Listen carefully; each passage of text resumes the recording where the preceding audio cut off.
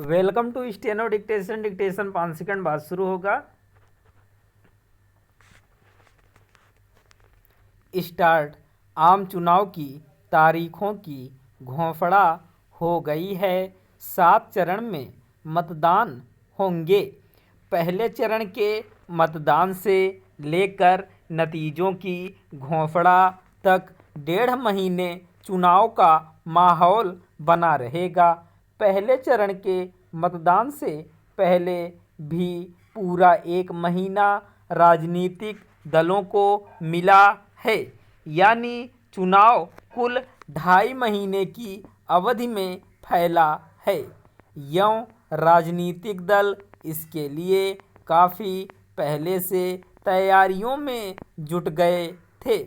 उम्मीदवारों के नामों की घोषणा, सहयोगी दलों के साथ सीटों के बंटवारे आदि को लेकर मंथन काफ़ी समय से चल रहा था। अब वे अपना अपना समीकरण लेकर मैदान में उतरेंगे, मगर चुनाव का ज़्यादा दारोमदार आखिरकार मतदाता पर होता है। वह चुनाव को क्या दिशा देता है, इस पर दुनिया की नज़र टिकी होती है। मगर कुछ चुनावों के अनुभवों से जाहिर है कि मतदाता चुनाव को लोकतंत्र के उत्सव के रूप में मनाने के बजाय दलगत उन्माद से भर जाते हैं। इसी का नतीजा कई जगहों पर राजनीतिक हिंसा में दिखाई देता है। कुछ राज्यों में हिंसा की घटनाएं चिंता पैदा करती हैं। इसी के मद्देनज़र भारतीय निर्वाचन आयोग को अपनी रणनीति तैयार करनी पड़ती है। चुनाव स्वतंत्र और निष्पक्ष रूप में संपन्न कराए जा सकें, यह निर्वाचन आयोग के सामने बड़ी चुनौती होता है। चुनाव के वक्त राजनीतिक दल एक दूसरे पर स्वाभाविक रूप से आरोप प्रत्यारोप लगाते हैं। उसमें कई बार आपत्तिजनक बयान भी आ जाते हैं। उस पर नज़र रखना निर्वाचन आयोग की जिम्मेदारी है।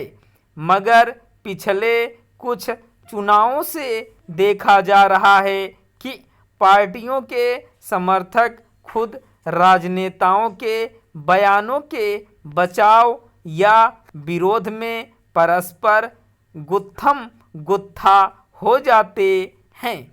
पश्चिम बंगाल और दक्षिण के कुछ राज्यों में ऐसा वातावरण कुछ अधिक देखने को मिलता है। लोकतंत्र में असहमति अच्छी बात है, मगर उसे लेकर हिंसा पर उतर जाना किसी भी रूप में लोकतांत्रिक नहीं कहा जा सकता। इससे नाहक निर्वाचन आयोग और सुरक्षा बलों की परेशानियां बढ़ती हैं।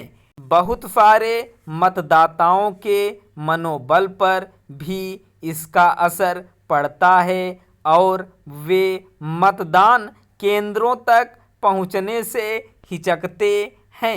एक लोकतांत्रिक देश का जिम्मेदार नागरिक होने के नाते हर मतदाता से उम्मीद की जाती है कि न केवल वह अपने विवेक से मतदान करे, बल्कि मतदान की प्रक्रिया को भी बाधित होने से बचाए।